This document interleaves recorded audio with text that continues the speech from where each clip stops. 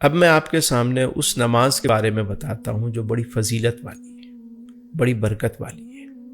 یہ نماز میرے آقا کریم جانے دو عالم صلی اللہ علیہ وآلہ وسلم نے اپنے پیارے چچا جان حضرت عباس بن عبد المطلب رضی اللہ تعالیٰ تعلیم فرمائی۔ میں چچا جان میں آپ کو تحفہ نہ دوں؟ واہ واہ، حضور کا تحفہ، ایک ایسا تحفہ کہ جس کی برکت سے ظاہری باطنی چھوٹے بڑے سب گناہ معاف ہو جاتے ہیں۔ اور پھر فرمایا کہ اے چچا جان اگر ہو سکے تو اس نماز کو روز ادا کر لیا۔ سبحان اللہ سبحان اللہ۔ روزانہ ادا نہیں کر سکتے تو کوشش کریں کہ ہفتے میں ایک بار، یہ نہیں ہو سکتا تو مہینے میں ایک بار، اگر یہ بھی ممکن نہیں ہے تو سال میں ایک بار، سبحان اور اگر یہ نہیں تو کم از کم زندگی میں ایک دفعہ اس نماز کو اللہ ضرور پڑھ لیں۔ اللہ اللہ اللہ اللہ۔ سوچیں کیسی عظیم الشان نماز ہوگی۔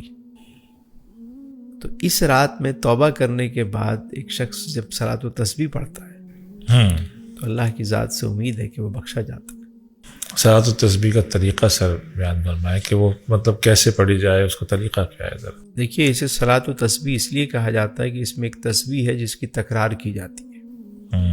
300 مرتبہ اس تسبیح کو پڑھنا ہوتا ہے۔ 300 مرتبہ 4 رکعت نفل صلاۃ و تسبیح واسطے اللہ تعالیٰ کے میرا کعبہ شریف کی طرف اللہ اکبر، نیت ہو گئی۔ یہ نیت کر لی آپ نے۔ اب آپ نے سب سے پہلے اس تسبیح کو جو ہے نا وہ یاد کرنا ہے، سبحان اللہ والحمد للہ ولا الہ الا اللہ واللہ اکبر، سبحان اللہ والحمد للہ ولا ولا الہ الہ الا الا اللہ واللہ اللہ اکبر، سبحان اللہ سبحان اللہ والحمد للہ والحمد للہ ولا الہ ولا الہ الا اللہ الا اللہ واللہ اکبر۔ اللہ اکبر۔ ٹھیک ہے، یہ تسبیح ہے اور اس کو پڑھنا ہے 300 مرتبہ، پوری نماز میں 300 دفعہ۔ 300 مرتبہ۔ اب کیسے پڑھا جائے گا یہ دیکھیے۔ جی آپ نے نیت باندھی اور اس کے بعد آپ نے سب سے پہلے ثنا پڑھنی ہے، سبحانک اللہم و بحمدک و تبارک اسمک و تعالی جدک و لا الہ غیرک۔ اب اس کے بعد 15 مرتبہ یہ تسبیح آپ نے پڑھنی ہے۔ سر اس کو 15 دفعہ پتہ کیسے چلتا ہے؟ گنتی کریں اس کو۔ شمار بالکل یوں کریں گے کہ آپ انگلیوں پہ انگلی ہلکا سا انگلی کو دبا کے، کیسے؟ یہ دیکھیے 1 2 3 4 5، ہلکی سی انگلی اٹھائی اس کو دبایا، دوسری اٹھائی اس کو دبا دی، تیسری کو دبا دی، یہ 5 ہو گیا۔ پھر اسی طرح کر کے یہ 5، پھر 5، 3 مرتبہ 15 ہو گیا۔ اب ثنا پڑھنے کے بعد ہم نے 15 مرتبہ یہ دعا پڑھی، سبحان اللہ والحمد للہ ولا الہ الا اللہ واللہ اکبر۔ اب ہم تعوذ و تسمیہ، سورہ فاتحہ اور جو سورت ملانی ہے وہ ملائیں گے۔ تلاوت مکمل ہو گئی۔ اب پھر 10 مرتبہ یہی تسبیح پڑھیں گے رکوع سے پہلے۔ رکوع سے پہلے۔ ٹھیک، 15 اور 10 کتنے ہو گئے؟ 25 ہو گئے۔ 25 ہو گئے۔ اب ہم رکوع میں جائیں گے اور رکوع کی تسبیح سبحان ربی العظیم 3 مرتبہ کہنے کے بعد یہی تسبیح 10 مرتبہ کتنے ہو گئی؟ یہ ہو گئے 35۔ رکوع سے جب ہم اٹھتے ہیں قیام میں سمیع اللہ لمن حمدہ ربنا لک الحمد کہہ کے 10 مرتبہ یہی تسبیح پڑھیں گے، 45 ہو گئے۔ 45 ہو گئی۔